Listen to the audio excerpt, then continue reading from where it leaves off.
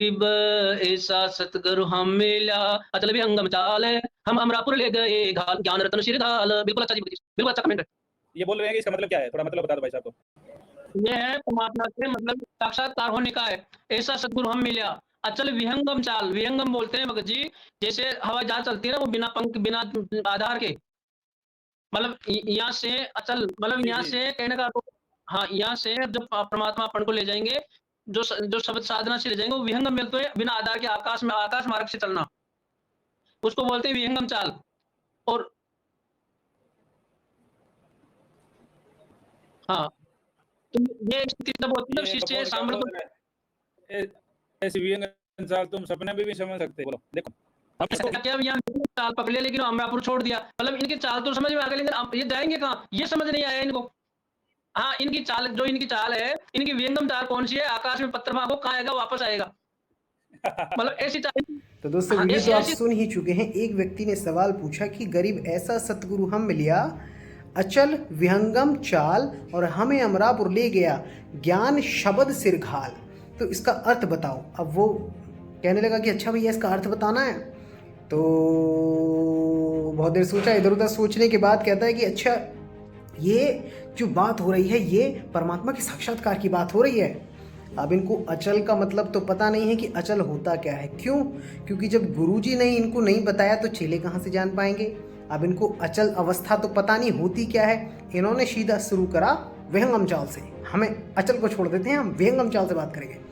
तो उन्होंने बोला कि विहंगम चाल से जाएंगे हम, जैसे जाएंगे जैसे हवाई जहाज होता है, बिना किसी स्टॉपेज के सीधा पहुंचाता है। तो जब हमें गुरु शब्द, जो शक्ति है, जो शब्द साधना है, उसके द्वारा हमको वहां पे हवाई जहाज से लेकर जाएंगे अमरापुर में। तो दूसरे व्यक्ति ने नीचे कमेंट करा कि विहंगम चाल क्या होती है, तुम कभी सपने में भी नहीं सोच सकते हो। तो ये कहते हैं कि अरे तुम्हारा विहंगम चाल क्या है, हवा में पत्थर फेंका और नीचे आ गया, मतलब इररिलेटिव बात, जिसका कोई लेना देना नहीं है। एग्जाम्पल भी ढंग से नहीं दे सकते ये लोग। तो दोहे का अर्थ क्या है? ऐसा सतगुरु हम मिलिया, अचल विहंगम चाल, यानी कि वो सतगुरु जो मुझे मिला वो अचल है, वो आता जाता नहीं है, वो अवस्था अमर अवस्था अचल है, जीव चल अवस्था में है। और वो मिलेगा कैसे?